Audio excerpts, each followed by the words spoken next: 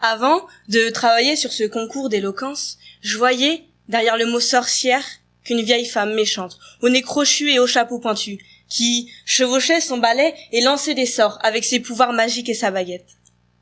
Alors, devant vous, mesdames, messieurs, je vous le demande. Que voyez-vous, vous, quand je vous évoque le mot sorcière? Mes recherches m'ont permis de repenser à son sens, de ne plus penser à la sorcière des contes qu'on raconte aux enfants, mais à la femme courageuse qui se cache derrière, à la femme courageuse qui s'est battue en Europe durant la Renaissance. Elles ont été torturées, enfermées, contraintes de porter la camisole, décapitées, pendues ou encore brûlées vives.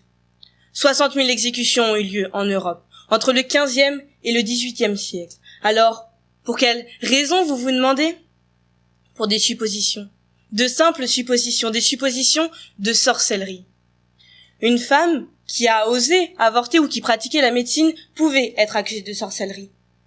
Une femme qui aimait une autre femme pouvait être accusée de sorcellerie, mais surtout, une femme, un peu trop indépendante pour certains, pouvait être accusée de sorcellerie, puisqu'elle sortait du chemin étroit qui lui était destiné et qui définit la bonne manière d'être une femme.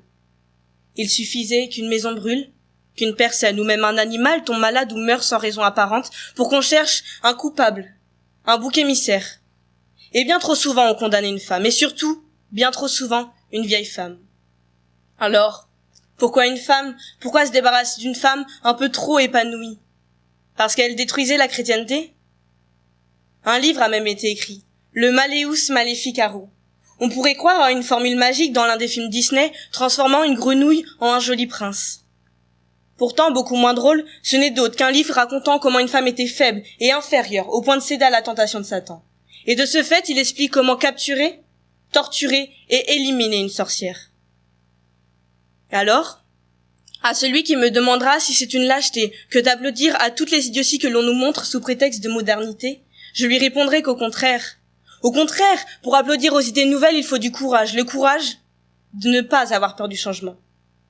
Ces femmes n'ont pas pour autant suivi la modernité, elles l'ont créée, inventée, et les seuls lâches dans cette histoire ont été les auteurs des tortures horribles, parce que eux ont eu peur du changement, et ont voulu rester dans le moule.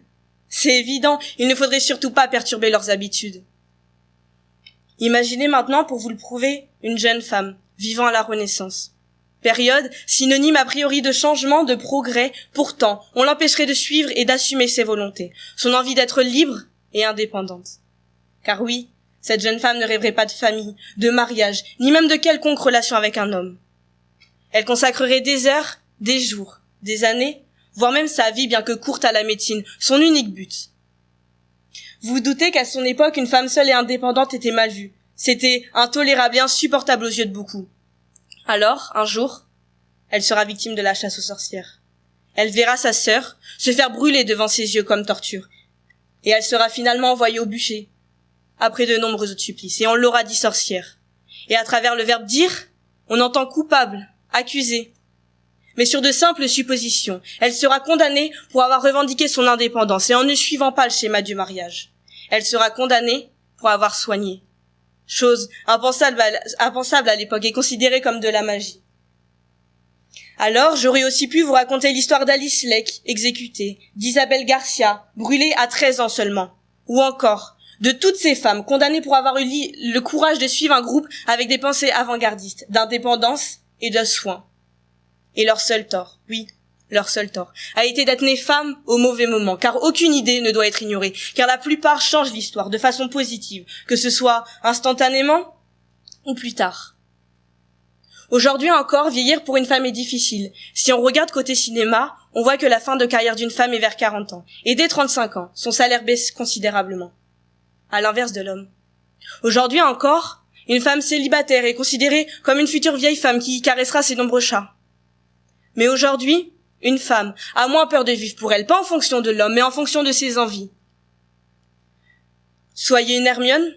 Hermione qui ne se laissait pas marcher dessus, n'avait pas peur d'user de son intelligence, même si ce n'était pas toujours à son avantage. Alors réveillez les sorciers, les sorcières qui sont en vous. Assumez ce que vous avez envie d'être, ce que vous avez envie de faire, et osez applaudir aux idées nouvelles et modernes.